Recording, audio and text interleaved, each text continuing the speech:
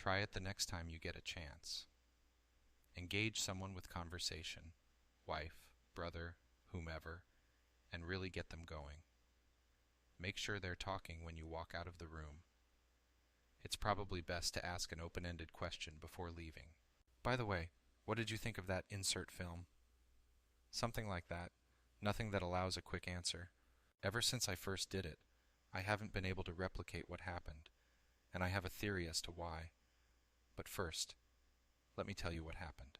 I was talking to my wife one morning in our bedroom. She was getting ready for work, and I had just woken up. I needed to use the bathroom, but I remember sitting on the bed and asking her what was going on at her school that day. She's a teacher. That got her going.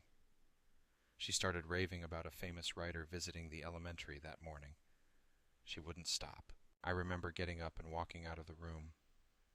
My wife was still getting dressed, and our son's bedroom was next door, so it's a habit for me to close the door behind myself.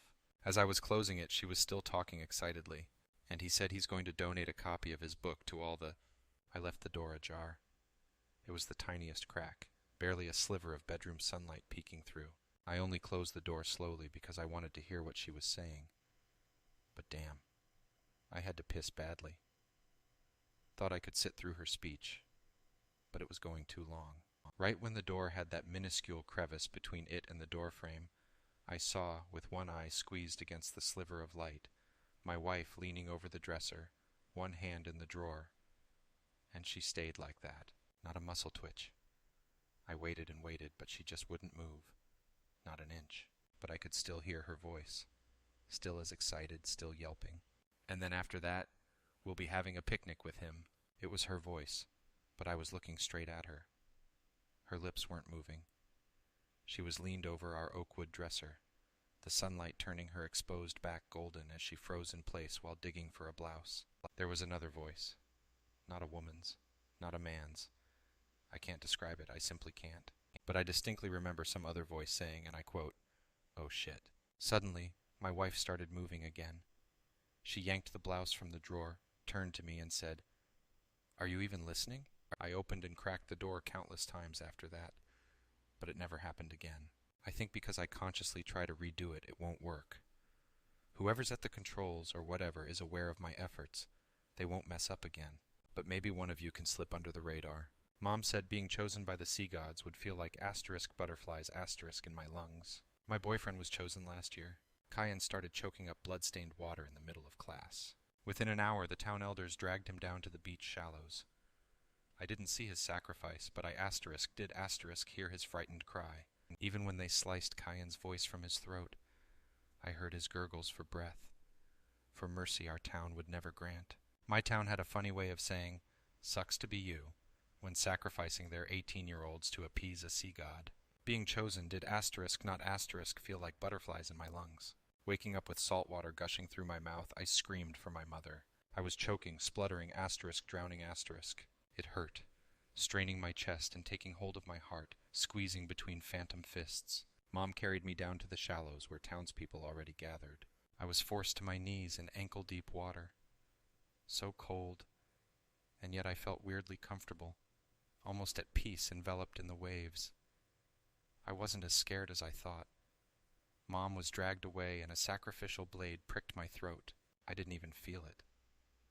1 second I was alive and breathing, the warm sun on my face, the cool wind rushing through my hair. Then I was sinking. Down, down. I was aware of my blood staining the water, vicious red caught in a halo around me. Deeper, and somehow my lungs were still working, my breaths coming out in startled bubbles exploding around me. I could feel it, a presence pulling me down. It was warm and cozy, and somehow I was alive. I could move, catapulting my body further down. It was only when I began to see towering underwater landscapes, a whole city bustling with fish, did excited bubbles pour out of my mouth.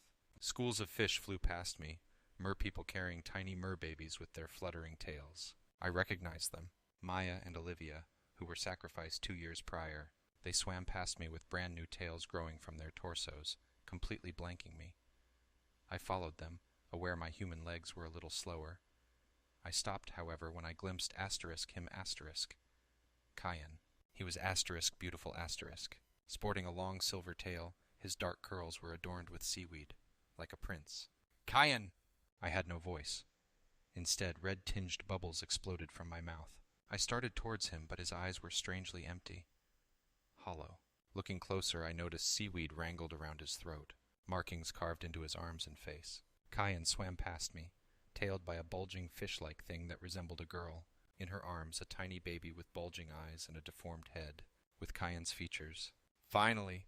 The voice in my head was an inhuman boom. Above me, the inky darkness of a gnawing mouth. And out of that mouth, thousands of mutated fish people resembling men. Another female.